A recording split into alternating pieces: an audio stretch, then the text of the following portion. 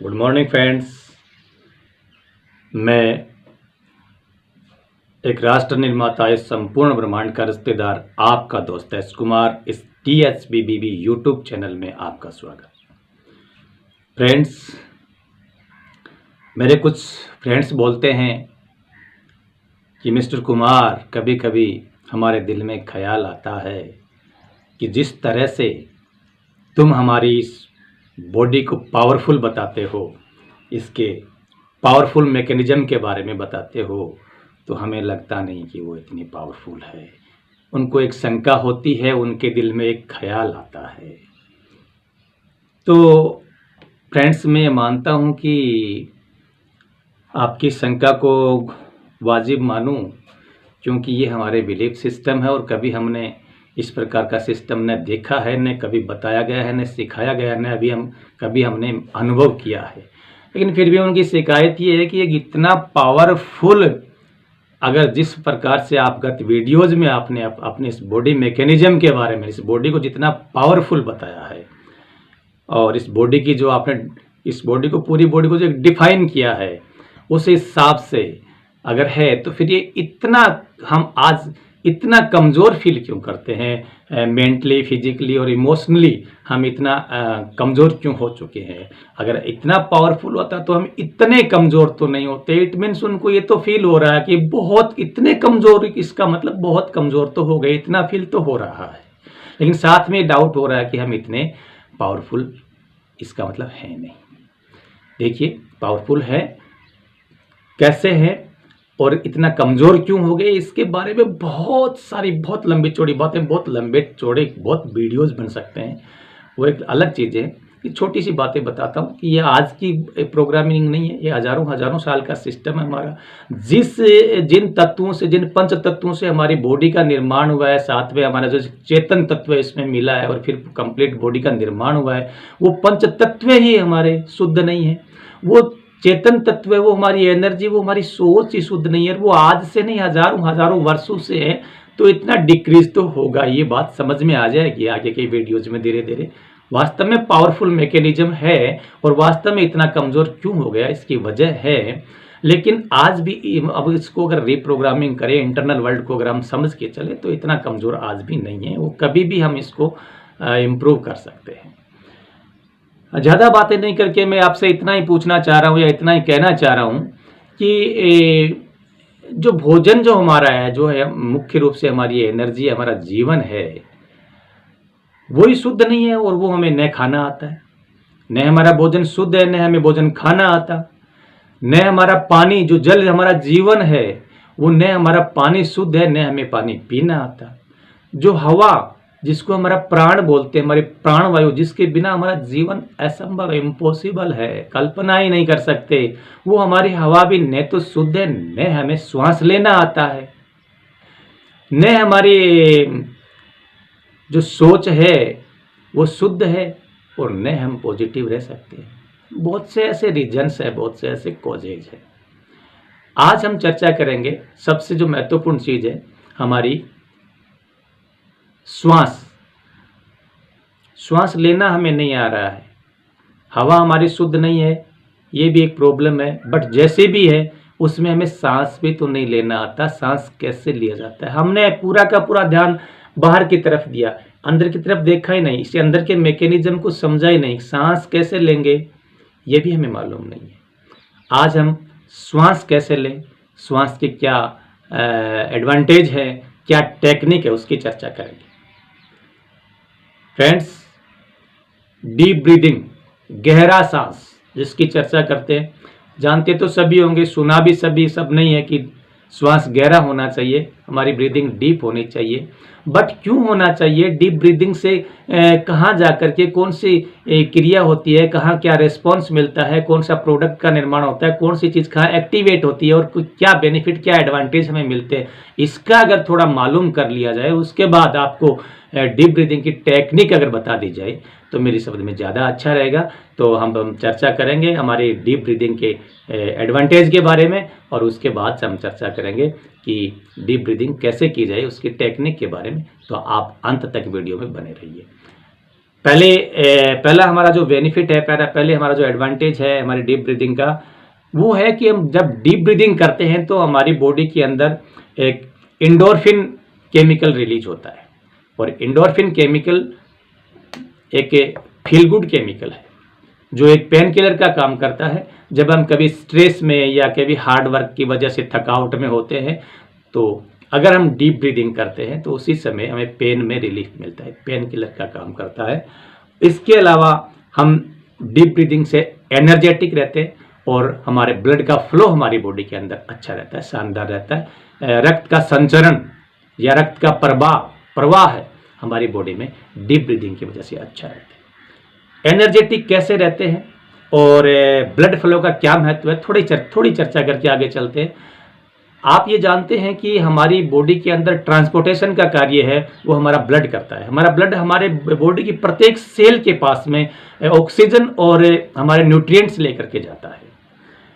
और deep breathing के अभाव में या कुछ बहुत से और से भी रीजन्स है, उनके अभाव में हमारा ब्लड हमारी बॉडी की प्रत्येक सेल तक नहीं पहुंच पाता। हमारा प्रत्येक सेल तक अगर ब्लड नहीं पहुंचेगा तो प्रत्येक सेल तक ऑक्सीजन नहीं पहुंचेगी, जो माइक्रो न्यूट्रिएंट्स जो जाते हैं ब्लड के साथ में वो नहीं पहुंचेंगे। अगर वो नहीं पहुंचेंगे सेल के पास तो सेल धीरे धीरे खत्म होना शुरू कर देगी। और क्योंकि हमारी बॉडी सेल्स पर ही डिपेंड है, सेल्स से ही बनी हुई है, हमारे बॉडी की मूलभूत इकाई छोटी से छोटी इकाई कोशिका है, कोशिका से हमारे उत्तक बने हैं, उत्तक से हमारे अंग बने हैं, अंग से हमारे तंत्र बने हैं, तंत्र से हमारी बॉडी का निर्माण हुआ है। तो जो सूक्ष्म जो इकाई हमारी बॉडी की हमारी सेल है वो अगर उसके पास न्यूट्रिएंट और ऑक्सीजन नहीं पहुंचेगा ब्लड का उचित प्रवाह के अभाव में, तो वो मरती जाएंगी, खत्म होती जाएंगी। और जब कोशिकाएं खत्म होना शुरू कर देंगी तो हमारा बॉडी भी कमजोर होना शुरू कर देगा, खत्म होना शुरू कर देगा, समय से पहले मर जाएगा।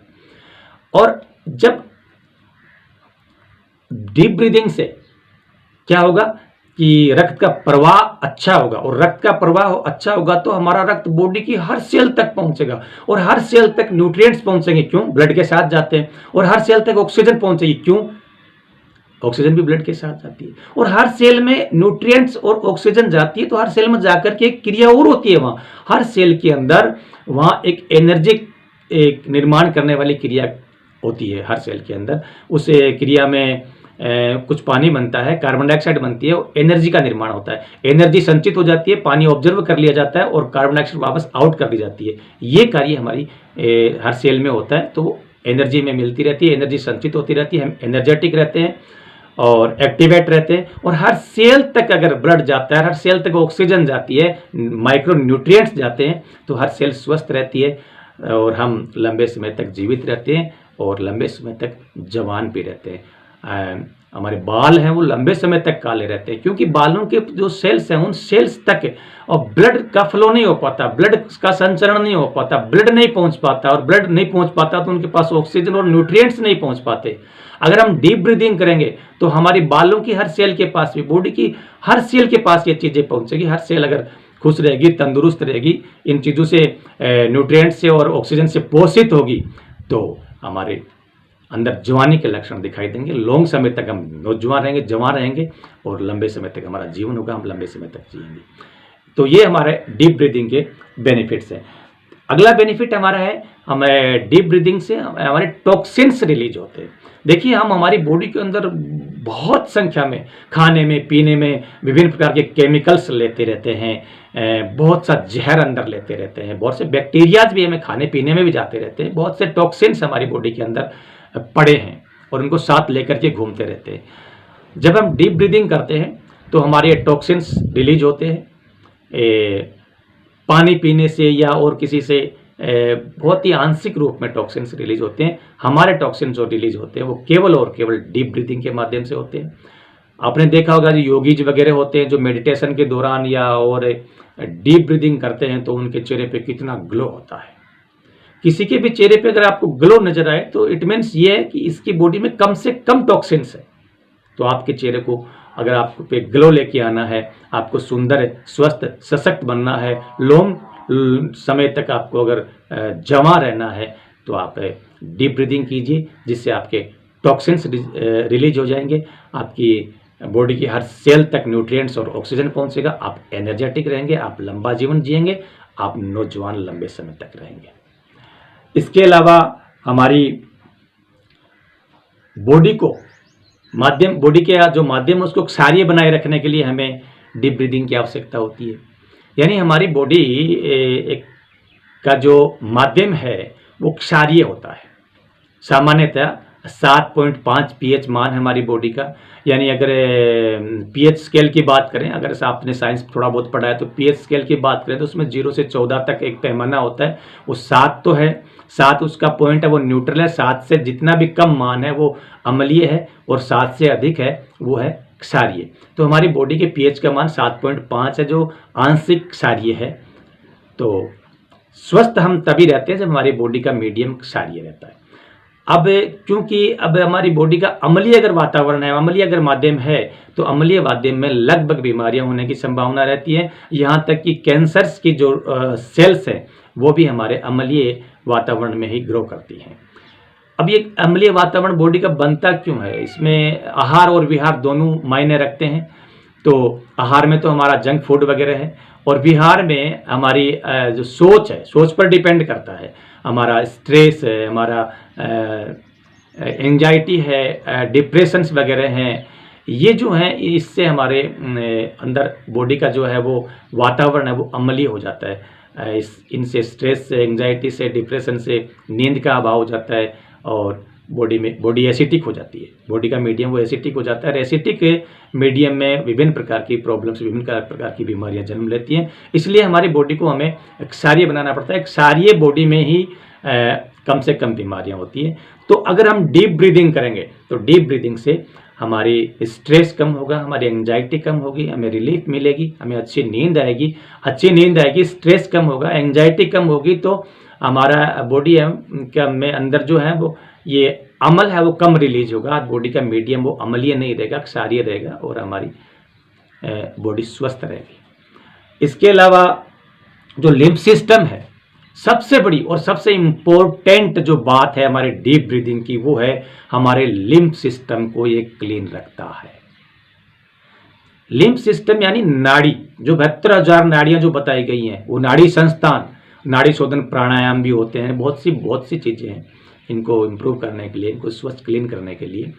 तो हमारा जो लिम्फ सिस्टम है, आप ये मान के चलिए फ्रेंड, कोई भी खाने की या किसी भी पीने की चीज से हमारा ये लिम्फ सिस्टम क्लीन नहीं होता। सिर्फ और सिर्फ एक ही उपाय है हमारे लिम्फ सिस्टम को क्लीन करने का, और वो है डीप ब्रीदिंग।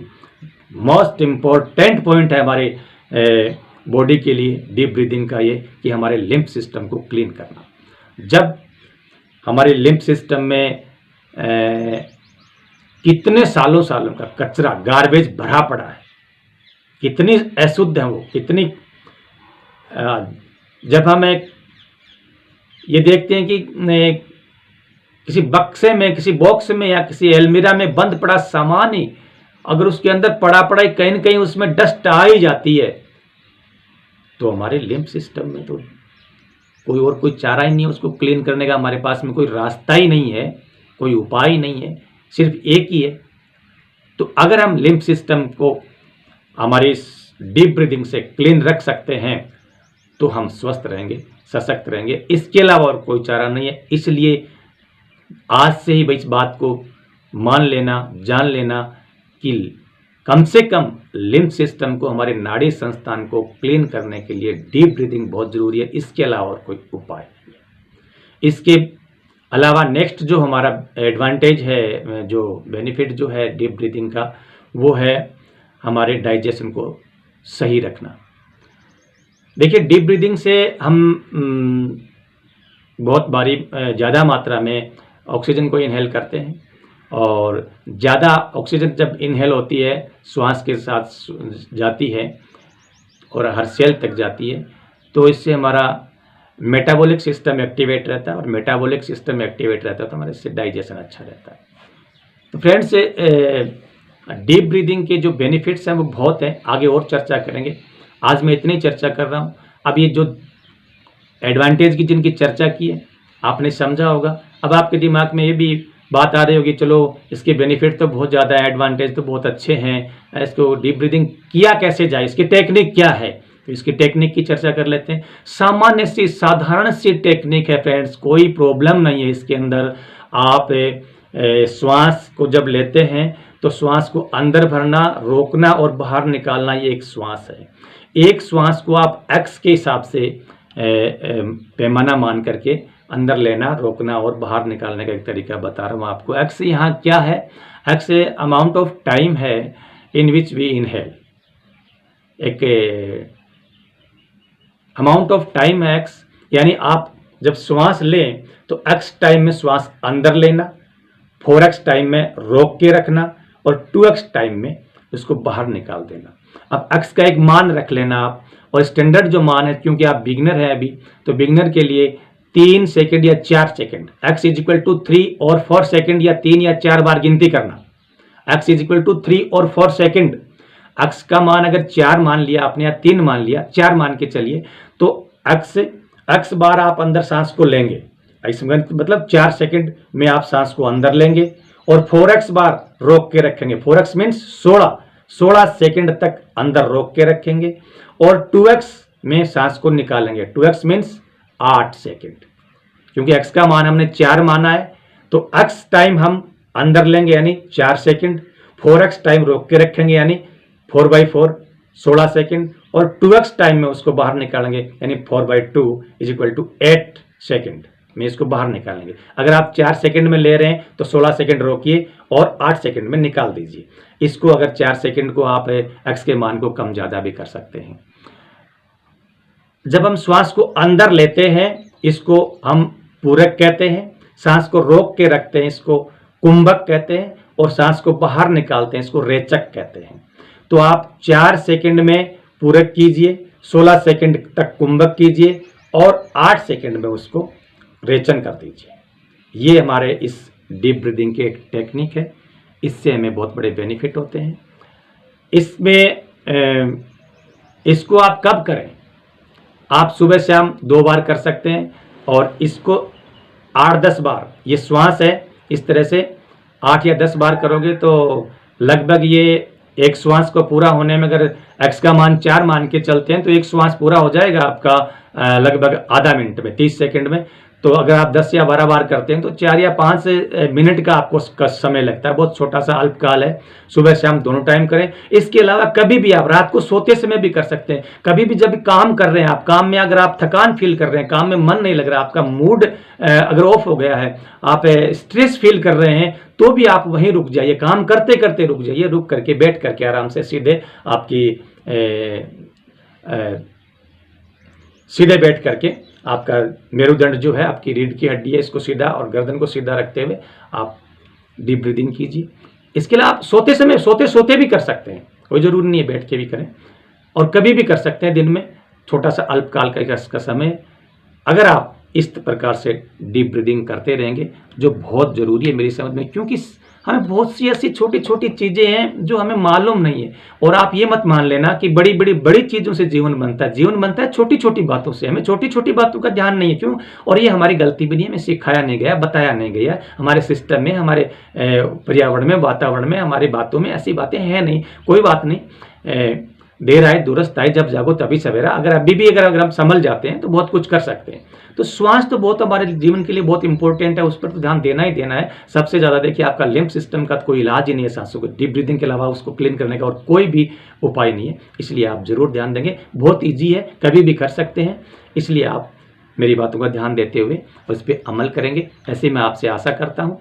और इसी आशा और विश्वास के साथ मैं आपसे कहना चाहता हूँ कि आपने मेरी इस वार्ता को पसंद किया होगा। अगर मेरी वार्ता पसंद आई तो आप इसको वीडियो को लाइक कीजिए। अभी तक अगर आपने सब्सक्राइब नहीं किया है तो सब्सक्राइब कीजिए और अपने सर्किल में इसको शेयर भी कीजिए, ताकि हमारा परिवार बढ़े और सुंदर, स्वस्थ और सशक्त लोगों की एक बड़ी जमात खड़ी हो सके। ऐसा ही मेरा इरादा है, लक्ष्य है। आशा है कि आप मेरे लक्ष्य में मेरा सहयोग करेंगे। इसी आशा और विश्वास के साथ see you in the next video. Thank you very much.